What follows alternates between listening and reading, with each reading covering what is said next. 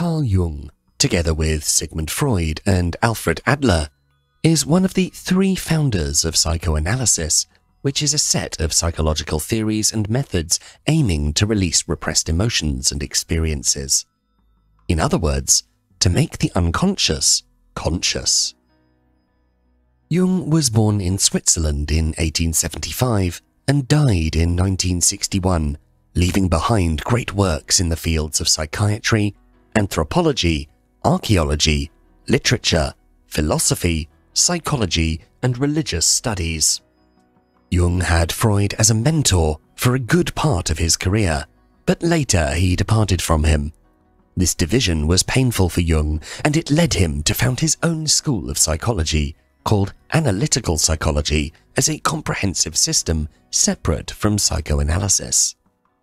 If classical psychoanalysis focuses on the patient's past, as early experiences are very important in personality development, analytical psychology primarily focuses on the present, on mythology, folklore, and cultural experiences to try to understand human consciousness.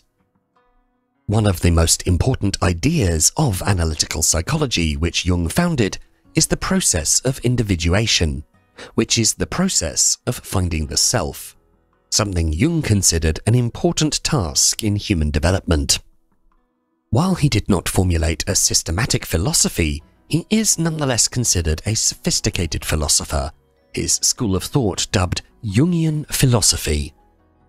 Its concepts can apply to many topics covered in the humanities and social sciences. A good part of his work was published after his death, and indeed there are still some articles written by him that, to this day, have yet to be published. Some of his most important books are Psychology of the Unconscious, Man and His Symbols, The Archetypes and the Collective Unconscious, Modern Man in Search of a Soul, The Psychology of Transference, Memories, Dreams, Thoughts, and the relations between the ego and the unconscious.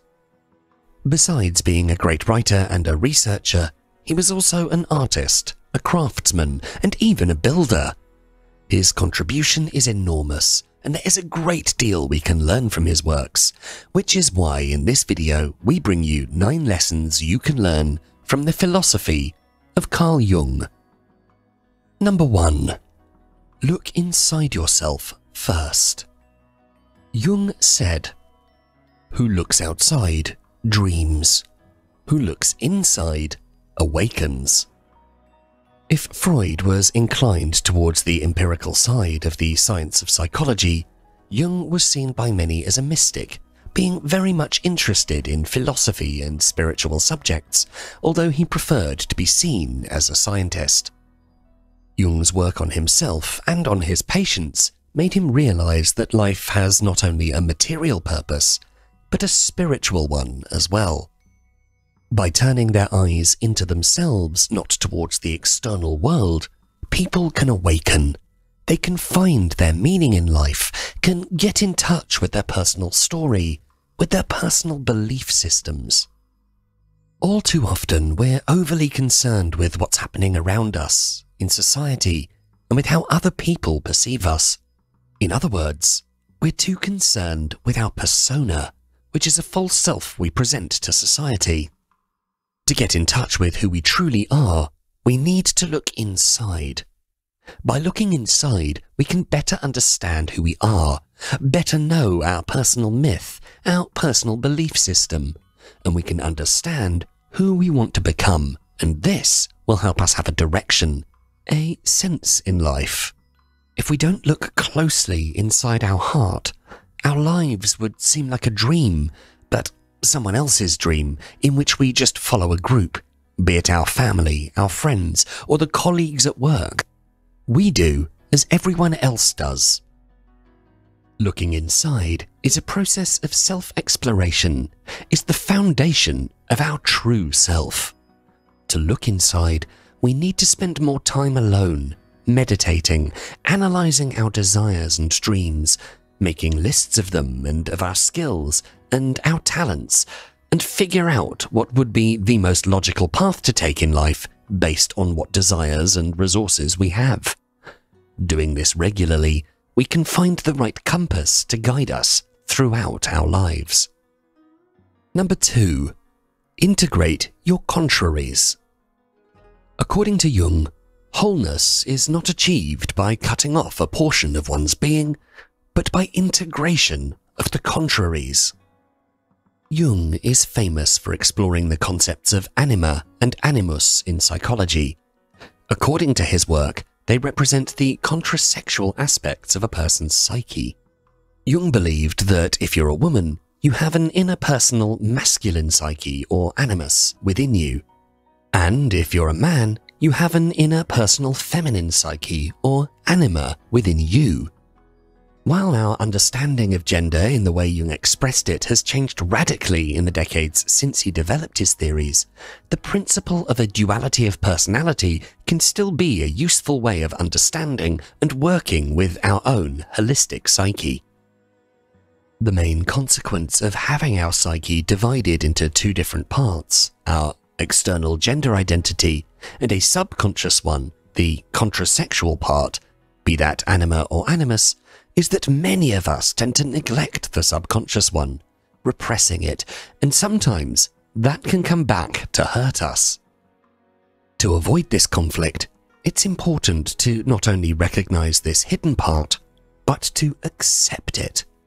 When we have the two sides in harmony, our attitude and interactions with the opposite sex tend to be more positive. We can try to observe our own behavior when dealing with others. We can take notes and analyze the progress we make in this journey.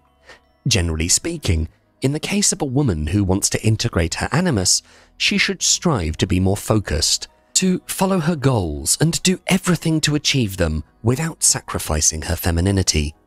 And in the case of a man, he should start trusting his emotional side more, to open up more in front of other people, and to be more gentle in dealing with others, without sacrificing his masculinity. Through this integration, our interactions with the opposite sex will improve. We can measure our progress in various ways.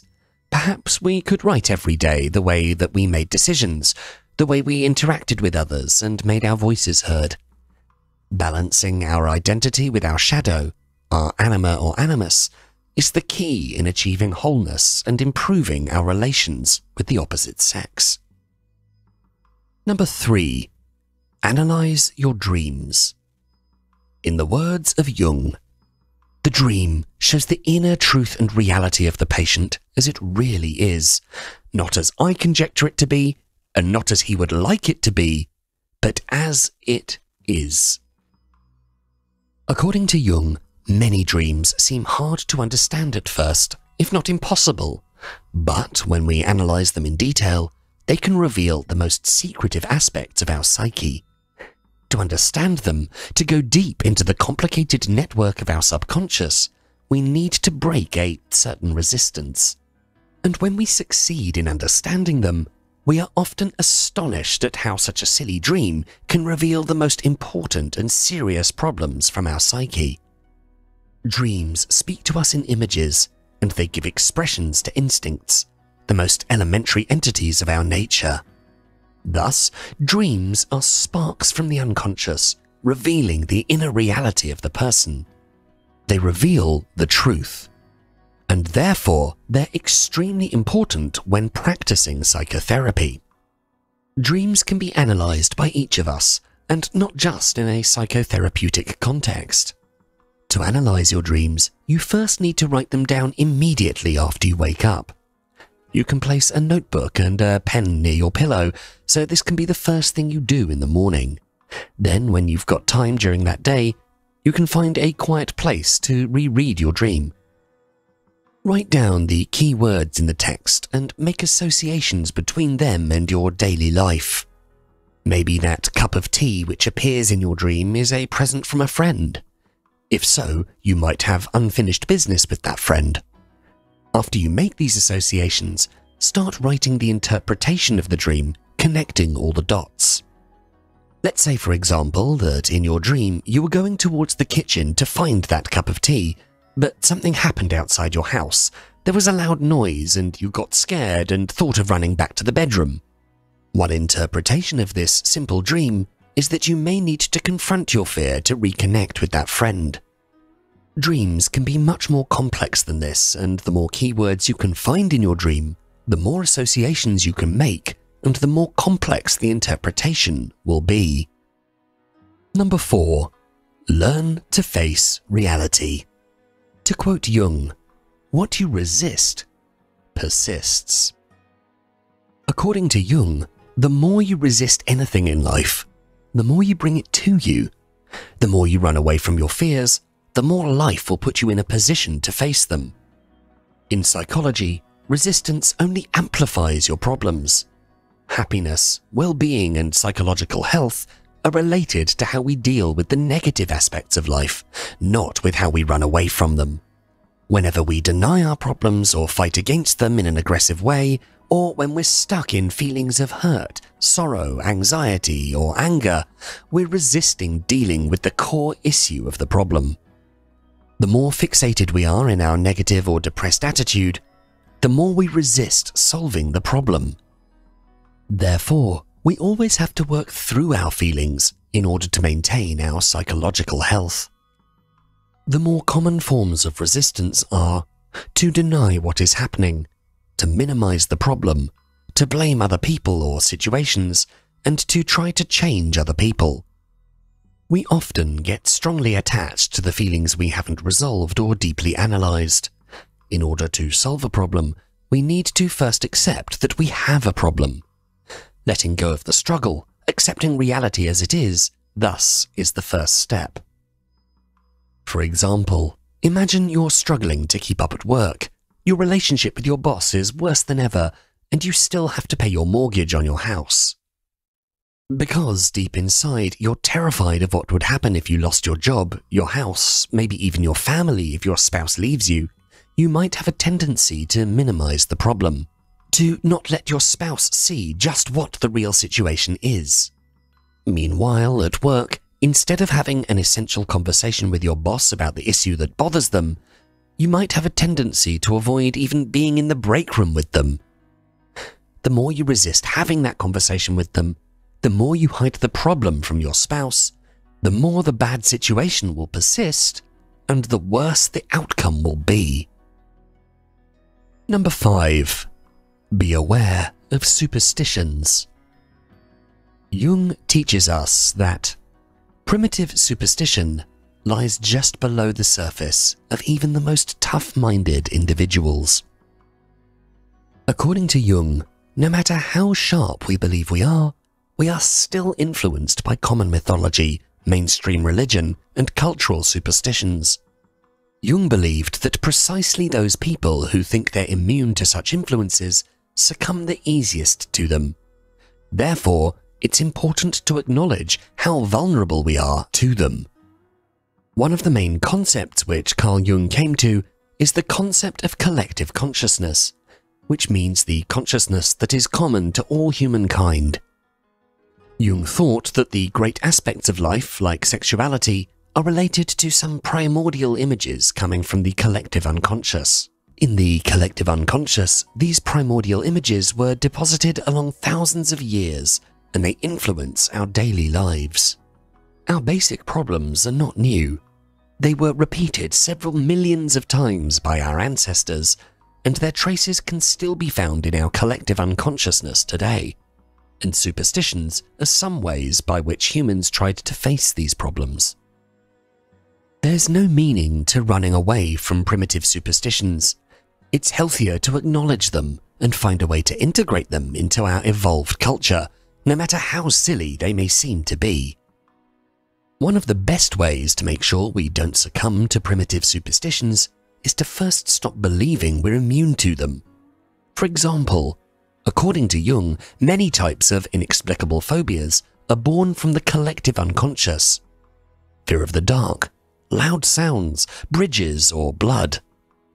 Even though there aren't many snakes in Great Britain, for example, it was found that many children have an inexplicable fear of snakes. Humans have always been afraid of snakes. Even the biblical myth of Adam and Eve included a snake, and many superstitions were formed around them. Indeed, scientists considered that there was an evolutionary advantage given to those who avoided dangerous animals like snakes. So, instead of ignoring your fear of snakes and going into their territory without any concern, it's much better to listen to your fear and avoid those areas, or at least take appropriate precautions. It is often advantageous to integrate superstitions into our lives, but of course not at the expense of our faculties of reason. Just because there are no snakes in the grass where you live, doesn't mean you never need to wear shoes. Number 6. Think. Don't judge. As Jung once said, thinking is difficult. That's why most people judge. According to Jung, the process of judging says more about the person who judges than about the person who is being judged. It's all based on the process of projection. What disturbs us in others is often what's wrong within us. Thus, knowing how to observe others and how what they do upsets us can help us understand ourselves more and fix our personal issues. Also, it's a matter of showing empathy to not judge other people, and it's more moral to think before opening your mouth to criticize someone. As the old saying goes, don't judge someone until you've walked a mile in their shoes. There's a fine line between being sincere and being judgmental. Being too honest and not filtering your thoughts before speaking can lead you to make the mistake of reacting too fast, judging people unfairly because you didn't go through all the details of their lives to understand them first. Thus, beware of being too honest too fast. Take your time to really think things through. Analyze a situation from all angles. Consider other people first before considering their actions. For example, if you have an assistant at work whose work's become noticeably and unusually sloppy in recent weeks, instead of rushing them, criticizing their mistakes aggressively, have a short conversation with them. Ask them why they're behaving like this, what's happened or changed recently, and how that problem might be solved. A simple conversation can save professional and personal relationships. Number 7. Avoid excessive pride. Jung tells us, through pride, we are ever deceiving ourselves. But deep down below the surface of the average conscience, a still, small voice says to us something is out of tune. According to Jung, we often fear looking inside ourselves, and we fear the hard work we need to do for self-growth. When this fear finds justification in the social context, like in our workspace or in front of our friends, then it's easy to get stuck in a certain behavior pattern to protect ourselves against this fear. One form of this self-protection is pride, which Jung sees as self-deception, preventing us from living an authentic life. As such, showing pride is oftentimes a sign of weakness, not of strength. Neurosis is often associated with having excessive pride. Neurotic people usually have certain activities or people they avoid that can hurt their ego or pride. Sometimes they even avoid a certain career path due to pride.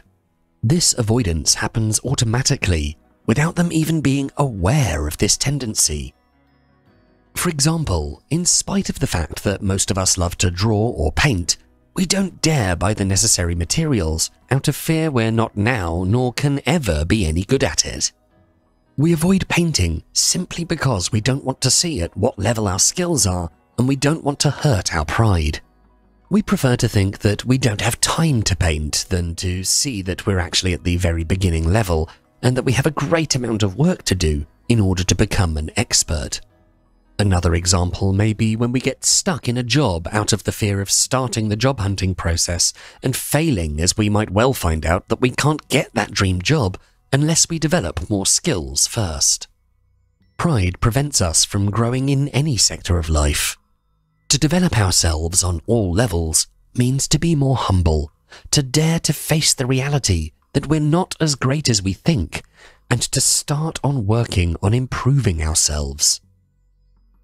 Number 8. Be eager to grow older. Jung wrote, "Life really does begin at 40. Up until then, You're just doing research. Carl Jung lived a long life and he enjoyed a stable family life, a very good financial situation, having a successful career, and achieving international fame. At the beginning, he was an apprentice of Freud, but later, and when he was around 37 years old, he departed from him, becoming an independent, focusing on his own school of psychology, analytical psychology. The moment of the breakup with Freud was when Jung published his work, Psychology of the Unconscious. From then, Jung walked on uncharted territory, and all his friends left him, except 2 colleagues. Around the same time, Jung left his medical post at Burgholzli, and he broke up with his famous mistress, who was also his research assistant. Thus, there was a lot of turmoil in Jung's life until he reached the age of 40. After that, Jung became an independent figure, following his own path, having his own psychological school. As Jung could find his way at 40 years old, so can each of us. Until 40 years old, we often walk on a path opened up by others. We learn from experts or mentors, and we're afraid to go sideways. Around 40, we reach the point where we understand how short life is and that we should do everything it takes to find our own voice, no matter the cost. Years old, we've just about lived half of our lives, and there are still so many possibilities ahead. At 40, we have learned how to be more comfortable in our own skin, more confident in our abilities, having a good amount of professional experience. We care less about what others think of us and have more courage to make radical changes. Therefore, we should focus on learning from others as much as possible until 40, to try to find what the right field is for us, and then, when we reach 40, we should become independent, have our own voice, and our own established principles of life. Number 9. Tell your story.